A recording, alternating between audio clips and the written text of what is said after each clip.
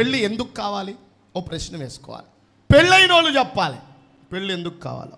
మా వాళ్ళకి ఆరాటం ఎక్కువైపోతుంది.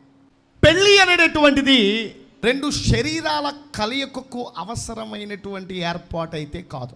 చాలామంది పెళ్ళిని ఎలా చూస్తారంటే రెండు శరీరాల కలయికగానే చూస్తారు. రెండు శరీరాల కలయికతో కూడిన పెళ్ళి కలకాలం నిలబడేది కాదు. పెళ్ళికి అవసరమైనటువంటి పద్ధతులు బైబిల్లో ఉన్నాయి. వాటిని పురుషుడు స్త్రీ తన జీవితంలో ఖచ్చితంగా తెచ్చుకోవాలి. బైబిల్ చెప్పేటటువంటి ఈ పద్ధతులు ఉంటే వాళ్ళు పెళ్ళికి అర్హులు. అవి లేకపోతే వారు పెళ్ళికి అర్హులు కాదు. ఒకవేళ అర్హత లేకుండా పెళ్లి చేసుకున్న ఆ కాపురం కలహాల కాపురమే.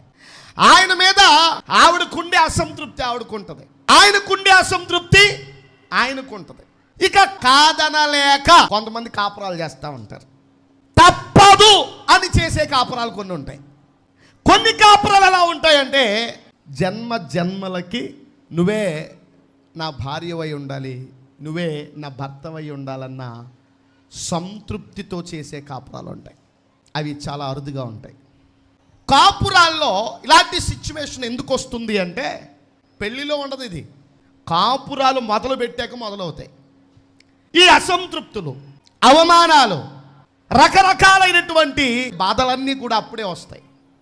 సముద్రాన్నైనా ఈదేయొచ్చంట కానీ సంసారాన్ని ఈదలేరు. సంసారాన్ని ఈదడం అంత కష్టమా? వాస్తవానికైతే సంసారం మీద సంపూర్ణమైనటువంటి అవగాహన ఉన్నప్పుడు సంసారం ఈదడం పెద్ద కష్టతరమైనటువంటి విషయం అయితే కాదు. సంసారం ఈదాలి అంటే సంస్కారం ఉండాలి మనిషికి. ఆడపిల్లకి సంస్కారం ఉండాలి, మగోడికి సంస్కారం ఉండాలి. సంస్కారవంతమైనటువంటి వ్యక్తిత్వంతో పెళ్ళి అనే ఏర్పాటులోనికి స్త్రీ పురుషులు రావాలి.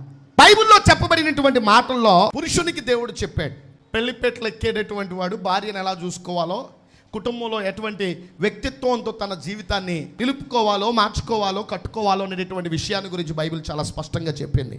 అందులో మగోడికి 7 పాయింట్స్ చెప్పాడు. ఈ 7 పాయింట్స్ ఉన్నవాడు పెళ్లికి అర్హుడు. మొట్టమొదటి పాయింట్ ఏంటంటే సంఘానికి యేసుక్రీస్తు శిరస్సయ్యుండులాగున భార్యకి భర్త శిరస్సై ఉన్నాడంట. అయ్యా పురుషులు, మీ భార్యలకి మీరు శిరస్సు. నెంబర్ 1 మొదటి పాయింట్, వివరణ తర్వాత ఇస్తా. రెండో పాయింట్ ఏంటంటే తన భార్యను ప్రేమించాలి. 1 శిరస్సై ఉండాలి, 2 ప్రేమై ఉండాలి. ప్రేమై ఉన్నవాడు భార్యని ద్వేషించకూడదు. ఐ లవ్ యూలో ద్వేషం ఉంటే ఇక ఇంకెక్కడి నుంచి వస్తుంది లవ్? ఐ లవ్ యూ అంటే నేను నిన్ను ప్రేమిస్తున్నాను. ప్రేమకు వ్యతిరేక పదం ఏంటి? ద్వేషం. అసలు ప్రేమకు ద్వేషానికి సంబంధం లేదు, ఒకదానికొకటి వ్యతిరేకం. అంచేత ప్రేమించేవాడిలో ఏముండదు? గట్టిగా చెప్పాలి. అమ్మా ఐ లవ్ యూ అని మీ ఆయన ఎన్నాళ్ళని కూడా తిరిగాడో, ఇప్పుడు ఐ హేట్ యూ అని ఎన్నిసార్లు అన్నాడు? ప్రేమించి పెళ్లి చేసుకున్నటువంటి వాళ్ళకి అర్థమవుతుంది ఇది. అప్పుడు ఐ లవ్ యూ అని చెప్పినటువంటి ఆ మాట ఏ కారణాన్ని బట్టి జరిగిన మాట అంటే అది నీ శరీరానికి ఆకర్షితుడై చెప్పిన మాట. అది నీ మనస్సును చూచి చెప్పినటువంటి వాడైతే నువ్వు ఎలా ఉన్నా సరే ప్రేమ దోషమును కప్పుద్ది. భర్త అనేటటువంటి వాడు భార్యను ప్రేమించేవాడై ఉండాలి. భార్యను ప్రేమించేవాడు భార్యను ద్వేషించడు. మూడవదిగా మనం చూసినట్లయితే ప్రతి భర్త ఏమనోయ్ పురుషులో గబగబా వెళ్ళిపోయి 3 ముళ్ళు మెళ్ళో వేసేసేసి అర్థమైందా? ఐ లవ్ యూ ఇలా చెప్తాం కాదు, ఇది ఉండాలి. ఇదంటే ఏది? ప్రేమ కాదు, ప్రేమ కాదు. 3 ముళ్ళు వేసిన తర్వాత భార్యను పోషించి సంరక్షించాలి. 1 శిరస్సు అయి ఉండాలి, 2 ప్రేమించాలి, 3 పోషించాలి. పోషించడం ఎవడి కర్తవ్యం? మగోడు కర్తవ్యం. పోషించలేనివాడు నువ్వేం మగోడివే. ఆడదాన్ని అడ్డు పెట్టుకుని బతికేవాడు ఆడేం మగోడు. మగోడంటే మెళ్ళలో 3 ముళ్ళు వేసాడంటే స్త్రీని పోషించగలిగిన వాడై ఉండాలి. స్త్రీని సంరక్షించగలవాడై ఉండాలి. ఏం చేయాలి? ఒకటి పోషించాలి, రెండు సంరక్షించాలి. సంరక్షించడం అంటే గదిలో పెట్టి కుమ్మేయమని కాదు. ఏం చేయాలి? కాపాడాలి.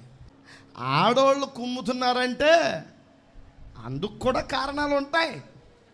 అది ఆడపులయ్యి ఉంటుంది. ఇక్కడ గమనించాలి. అంటే భర్త ఎలా ఉండాలో బైబిల్ చెప్తుంది. ఒకటి శిరస్సు అయి ఉండాలి, రెండు ప్రేమించేవాడై ఉండాలి, మూడు పోషించేవాడై ఉండాలి. పోషించి సంరక్షించాలి, కాపాడాలన్నమాట. భార్యను కాపాడుకోవాలి. మా ఆయనలు ఉంటే ఎంత బాగుండో. ఈ మాటలు ఎందుకు అనుకుంటున్నారు కొంతమంది. అర్థమైందా? ఏం పర్లా, లైవ్ ఉంటుంది కదా, వినిపించండి, దేవునికి స్తోత్రం చెప్పండి. పోషించి సంరక్షించాలి. తర్వాత 4వ పాయింట్ ఏంటంటే భార్య కొరకు తనను తాను అర్పించుకోవాలి. 4వ పాయింట్ ఏంటంటే అర్పించుకోవడం. 5వ పాయింట్ ఏంటంటే అర్పించుకోవడం అంటే ఏంటో చెప్తాను, వివరణలో చెప్తాను. 5వ పాయింట్ ఏంటంటే బోధించాలి. ఎవరికి? భార్యకి. ఈ 4వ పాయింట్లోనే బోధ ఉంటుంది, 5వ పాయింట్లో అర్పించుకోవడం ఉంటుంది. బోధించాలి, బోధించిన ఆమె కొరకు తన్ను తాను అర్పించుకోవాలి.